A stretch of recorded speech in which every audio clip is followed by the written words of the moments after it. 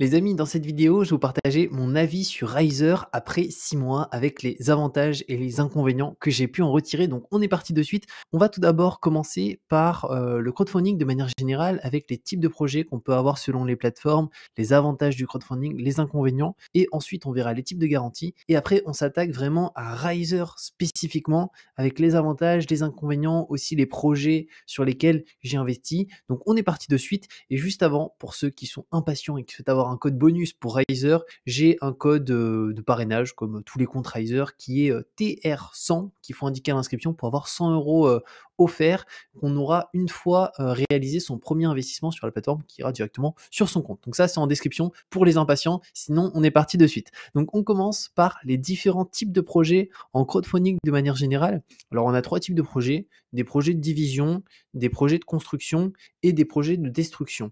Alors sur Riser, principalement, on n'aura pas de destruction du tout. On aura principalement de la division et de la construction et clairement à 70% des situations, on sera vraiment sur de la construction.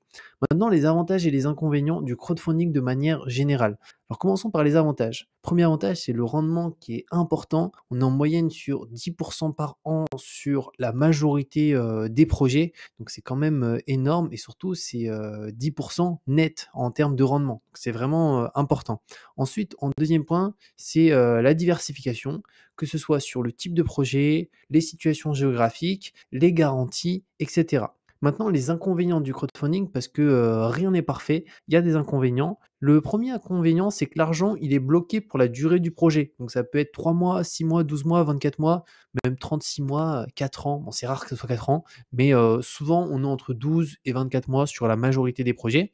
Le deuxième point, c'est le temps pour analyser les projets, parce que tous les projets ne se valent pas, et donc il faut favoriser des projets qui ont des bonnes garanties. C'est pour ça que dans cette vidéo, je vais aussi vous partager, selon moi, les meilleures garanties en crowdfunding immobilier, que ce soit pour Riser, mais aussi pour d'autres plateformes.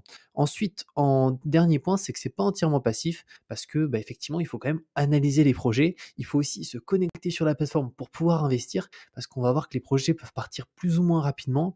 Riser, pour le coup, c'est une plateforme qui commence à être de plus en plus grosse, donc ça commence à partir vite selon les projets. Des fois, ça peut être 12 heures, 24 heures, un petit peu plus selon le montant de la collecte du projet. Mais disons que des projets, des fois, où il y a 1 million à collecter, 2 millions à collecter, en 24 heures, c'est fini, la collecte est terminée. Donc il faut quand même être derrière son ordinateur pour investir, pour analyser le projet. Et maintenant, les types de garanties. Et après, on rentre vraiment dans le cœur du sujet avec Riser plus spécifiquement. Alors, il y en a plusieurs et je mettrai d'ailleurs cette mind map, si ça vous intéresse, en description de cette vidéo, parce que la partie garantie est hyper importante en crowdfunding immobilier. Donc personnellement, je préfère investir sur des projets qui ont de bonnes garanties, et il y en a vraiment 2 qui sont très intéressantes selon moi, c'est la fiducie qui est juste ici et l'hypothèque de premier rang. Donc ici, j'ai expliqué brièvement à quoi ça correspond selon un projet de crowdfunding immobilier. Je mettrai tout ça en description parce que c'est plutôt long et on va vraiment s'attarder sur Riser spécifiquement. Mais en tout cas, Riser, c'est une plateforme que j'aime bien par rapport à ça parce qu'on a des bonnes garanties sur certains projets, notamment de la fiducie et de l'hypothèque de premier rang. Ensuite, il y a d'autres garanties ici que j'aime pas du tout, comme la GAPD qui est la garantie à première demande, et le nantissement et le cautionnement personnel et solidaire. Le cautionnement personnel, c'est très simple, c'est que si on a, imaginons, un promoteur qui se met caution personnelle sur plein de projets et que ça se passe mal, et vu qu'on ne sait pas sur quoi il est en caution solidaire, c'est vraiment ça impacte tous les autres projets.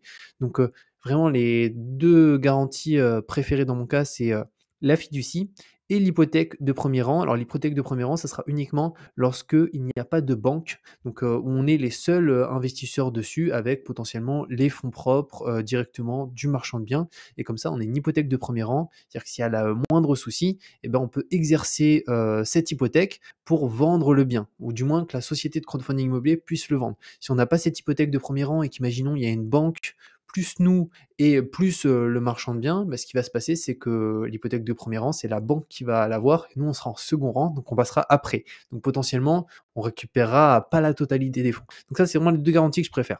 Maintenant, on passe à vraiment Riser. Qu'est-ce que ça a donné après 6 mois? On va commencer par les avantages.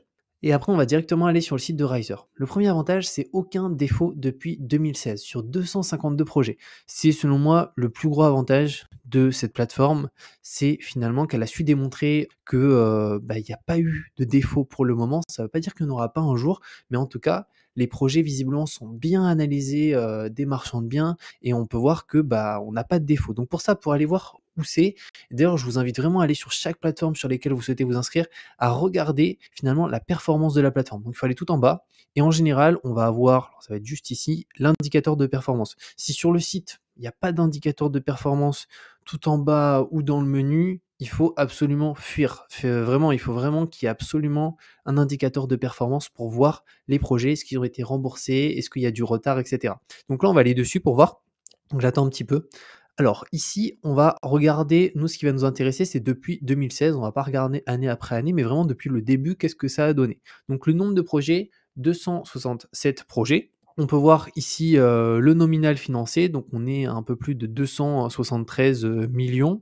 La durée moyenne des emprunts, donc sur Riser, on est sur 20 mois. Donc c'est une moyenne, il y a des projets de 12, 15, 16, 24 mois, mais en moyenne, on est sur 20 mois, avec un taux de rendement de 9,89%. Après, on peut suivre aussi année par année l'évolution des rendements. Donc là, on peut voir que au début, on avait en 2016, 2017, 2018 vraiment un 10%, voire un petit peu plus. Là, on est juste à peine en dessous. Mais franchement, c'est quand même des rendements qui sont hyper intéressants si on compare à d'autres types d'investissements. Donc ça, c'est plutôt cool.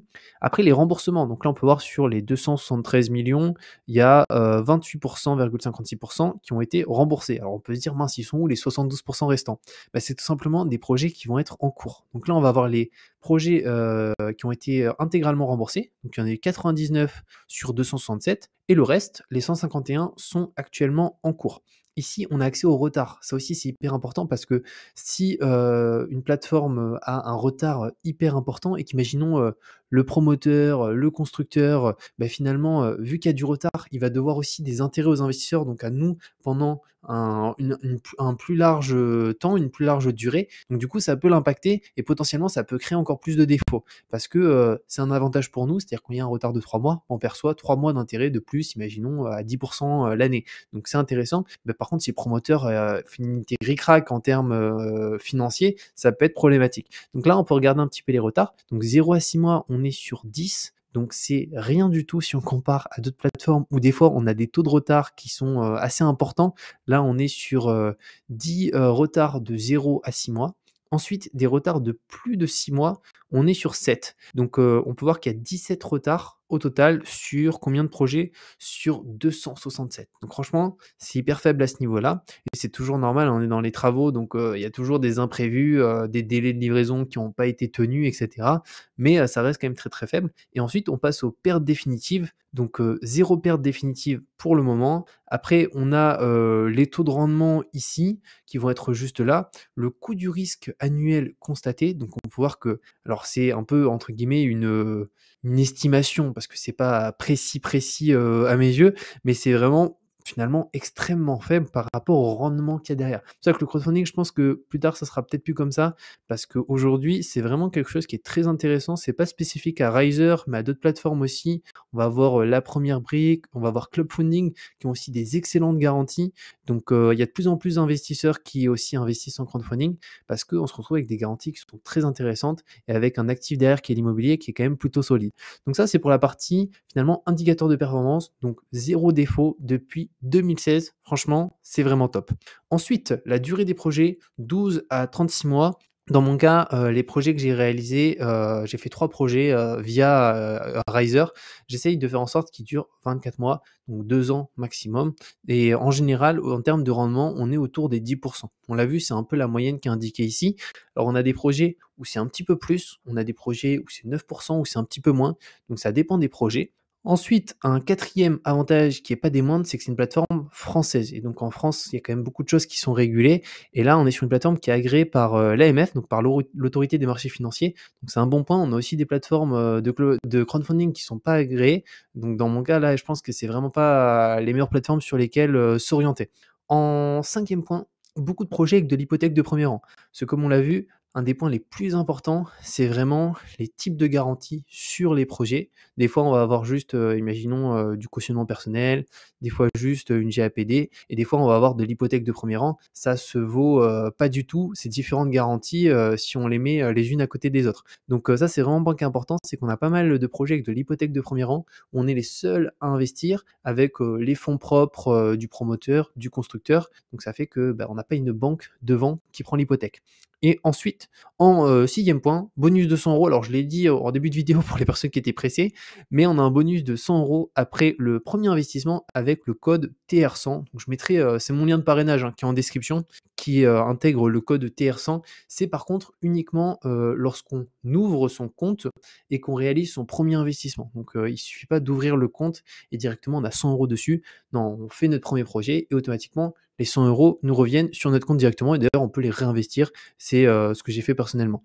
Ensuite, les inconvénients, parce que rien n'est parfait. Ben l'inconvénient unique à mes yeux de Riser, c'est celui-ci, c'est que le ticket d'entrée est quand même assez élevé, c'est qu'on est à 1 000 € par projet. Donc on peut pas investir, moins de 1 000 €, par projet. Donc c'est le minimum. Il y a pas de ticket d'entrée à 500, ni à 100, ni à 300.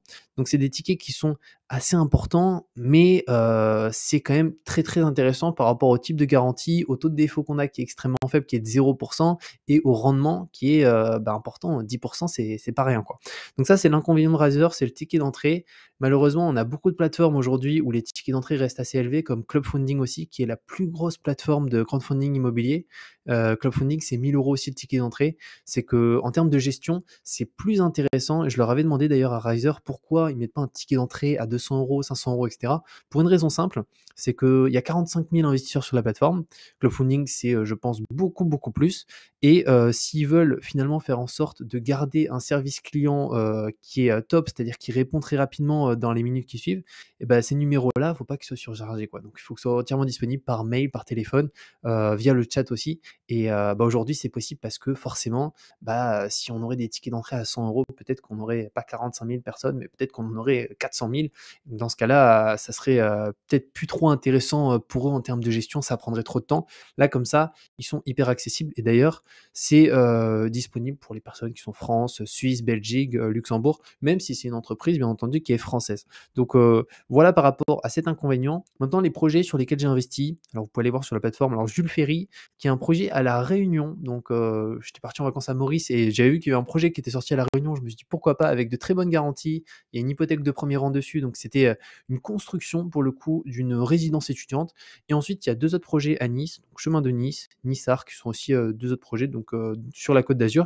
Donc voilà par rapport aux projets que j'ai réalisés. Donc, j'espère que cette vidéo les amis vous a permis d'y voir, plus clair concernant le crowdfunding immobilier et plus spécifiquement Riser, bah, directement. N'hésitez pas si vous avez des questions à les poser directement dans les commentaires. Comme je vous ai dit, pour ceux que ça intéresse, je vous mets mon code de parrainage en description pour avoir 100 € offerts lorsqu'on réalise son premier investissement. Prenez soin de vous et ciao!